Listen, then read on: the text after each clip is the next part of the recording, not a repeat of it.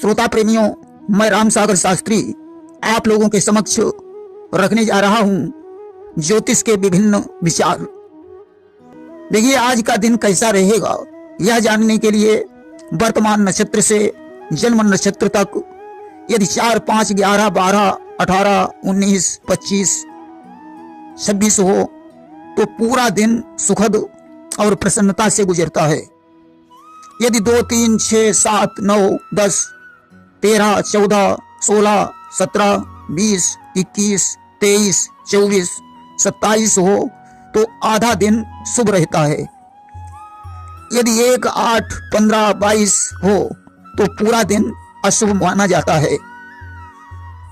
वर्ष फल जानने के लिए पंचांग में दिए गए लाभ खर्च को जोड़कर 1 घटाएं तथा 8 से भाग दें। यदि 1 बचे तो लाभ, 2 से सुख शांति, 3 से क्लेश, 4 से रोग शोक, 5 से अपयश, 6 से सम्मान, 7 से विजय, 8 और 0 से हानि रहती है। भावी वर्ष कैसा रहेगा यह जानने के लिए आयु की संख्या, जन्म राशि, जन्म नक्षत्र 3 जगह रखें, क्रमशः 2, 4, 3 से गुणा तथा 7, 8, 6 से भाग दें। यदि पहले तीसरे में 0 आए तो विविध समस्या, त्रास और खर्च का योग बनता है तथा 2 और मध्य में 0 आए तो आपत्ति, खेद, भय, धन हानि की संभावना रहती है। तीनों जगह पर 0 आए तो नेष्ट माना जाता है, जो कार्य व्यवसाय को चौपट करने वाला होता है। यदि अन्य अंक आए तो शुभ माना जाता है। देखिए, नववधू प्रथम जेठ में जेठ का नाश करे, प्रथम आषाढ़ में सास का नाश करे, प्रथम पौष में ससुर का नाश करे, प्रथम चैत्र में पिता का नाश करे, मलमास में खुद का नाश करे। यह बात विचारणीय है। यदि कोई गर्भिणी पूछे कि पुत्र होगा या पुत्री तो तिथि, वार, नक्षत्र, योग, नामाक्षर जोड़कर 7 का भाग दें। विषम से पुत्र और सम से कन्या कहनी चाहिए। यदि कोई प्रश्न करे कि मेरा काम सिद्ध होगा या नहीं तो 12 से 108 तक किसी अंक को लिखवाएं, 12 का भाग दें। 1, 7, 9 बचे तो देरी से कार्य सिद्ध होगा। 4, 8, 10, 5 में बाधा, 3, 6, 0 बचे तो शीघ्र कार्य सिद्ध होता है। देखिए, अग्निवास हेतु तिथि में 1 जोड़ें तथा दिन जोड़कर 4 से भाग दें। 3, 0 बचे तो अग्निवास पृथ्वी पर होता है। 1, 2 बचे तो पाताल में, अन्य कुछ बचे तो स्वर्ग में होता है। जब पृथ्वी पर अग्नि का वास हो तभी हवन के लिए शुभ होता है। शिववास हेतु शुक्ल पक्ष की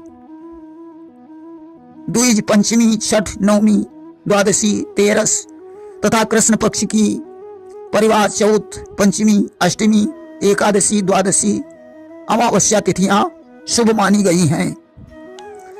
पुरुष की राशि से नगर की राशि यदि 2, 5, 9, 10, 11 हो तो उस नगर में वास शुभ होता है। यदि किसी का पशु खो गया हो तो जिस नक्षत्र का चंद्र हो उसकी कीजिए राशि, जिधर चंद्र का वास हो उधर पशु का वास। यदि कोई प्रश्न करे कि पहले स्त्री मरेगी या पुरुष तो दोनों के नामाक्षर को 2 गुना करें, मात्राओं को 4 गुना करें, 3 से भाग दें। शेष 2 बचे तो पहले स्त्री, 1, 0 बचे तो पहले पुरुष की मृत्यु होती है। देखिए, पुत्र संतान हेतु ऋतु धर्म के पहले 4 दिनों को छोड़कर 6, 8, 10, 12, 14, 16वीं रात्रि में संसर्ग, सोमवार, शुक्रवार, बुधवार, शनिवार और शुक्ल पक्ष में बायां स्वर चले तो पुत्र का जन्म होता है। गर्भ के तीसरे मास में सूर्य तत्व की औषधि के सेवन से भी पुत्र का जन्म होता है। देखिए, भावी वर्ष हेतु विक्रम वर्ष की संख्या में 3 से गुणा करें, 5 जोड़ें, 7 का भाग दें। 3, 5 बचे तो दुर्भिक्ष, 0 से नेष्ट, 1, 2, 4, 6 से सुभिक्ष रहता है। वहीं इसका दूसरा सूत्र है, प्रभवादि से वर्तमान संवत्सर की संख्या में 2 का गुणा करें, 3 घटाएं, 7 का भाग दें, 1 4 से दुर्भिक्ष, 5 2 से सुभिक्ष, 3 6 से साधारण और 0 से अशुभ समझना चाहिए।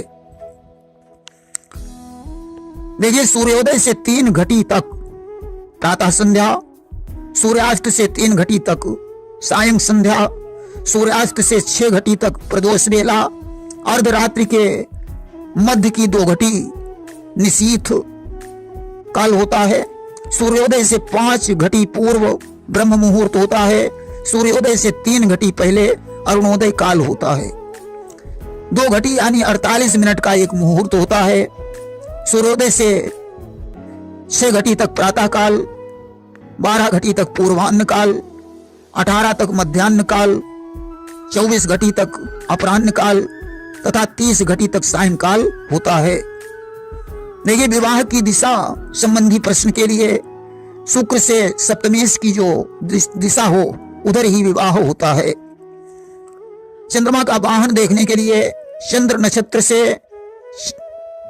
जन्म नक्षत्र तक गिने, 9 का भाग दें, 1 से वाहन गंधर्व, 1 से वाहन गर्धव जो अशुभ माना जाता है, 2 से अश्व शुभ होता है, 3 से गज शुभ होता है, 4 से मेष अशुभ होता है, 5 से श्रृगाल अशुभ होता है, 6 से सिंह वाहन अशुभ होता है, 7 से काग वाहन अशुभ होता है, 8 से मृग वाहन अशुभ होता है, 9 शून्य से मयूर वाहन शुभ होता है।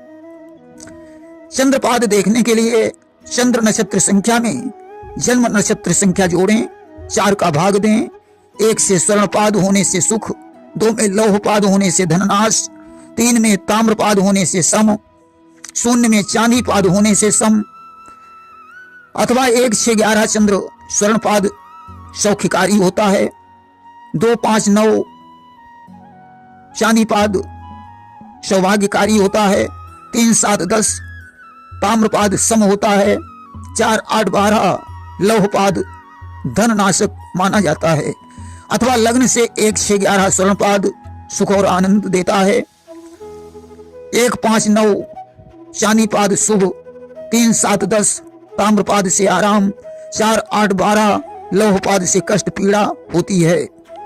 देखिए, दैनिक दशा हेतु जन्म नक्षत्र से दिन नक्षत्र तक गणना करें, 4 से गुणा करें, उसमें तिथिवार जोड़ें, 8 से भाग दें, 1 में सूर्य की दशा, 2 में चंद्र की दशा, 3 में मंगल की दशा, 4 में बुध की दशा, 5 में गुरु की दशा, 6 में शुक्र की दशा, 7 में शनि की दशा और 0 में राहु केतु की दशा होती है।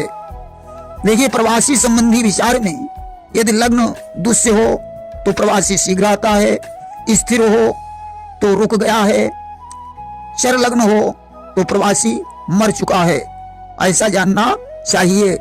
देखिए, चोरी गई हुई वस्तु के संबंध में नक्षत्र की 4 संज्ञाएं बताई गई हैं, अंधलोचन, मंदलोचन, मध्यलोचन और सुलोचन।